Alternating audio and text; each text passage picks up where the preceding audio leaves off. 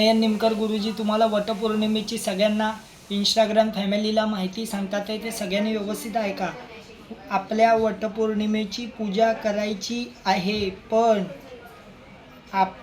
शहरामध्ये राहतो आणि आपल्या घराजवळ कुठेही वडाचं झाड नाही। शास्त्रामध्ये सांगितलं आहे, पारंब्या आल्या आहे, त्याची मुळं झालेली आहे, अशा वडाची पूजा आपण करायची। मग अशा वेळेला कुठल्या तरी लांबून झाडाची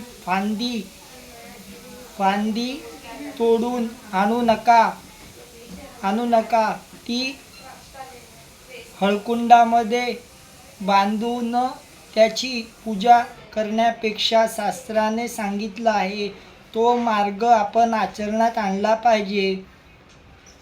शास्त्रामध्ये असं सांगतात, जर तुमच्याकडे वड उपलब्ध नसेल तर काय करायचं? आपल्याला घरात एका पाटावर अष्टगंध किंवा कुंकू मध्ये वडाचे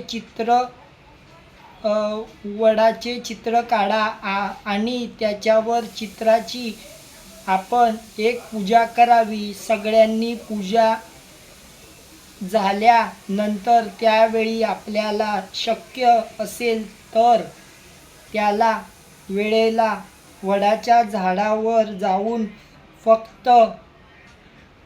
फक्त वडाच्या झाडाला पाणी घालावे आणि मूळ श्लेषण करणे, तो आपण पोरा बांधण्याची क्रिया करत आहे।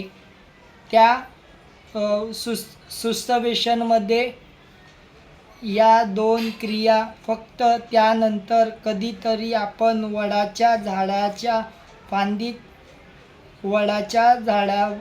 फांदीत करू शकता, पण वडाची पूजा करायची आहे म्हणून वडाची फांदी तोडू नका। हा जो प्रकार आहे आपण करतो आहोत तो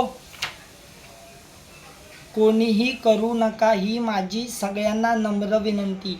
नयन निमकर गुरुजी सांगतात की ह्या गोष्टी करू नका, अशी नयन निमकर गुरुजींची नम्र विनंती। धन्यवाद।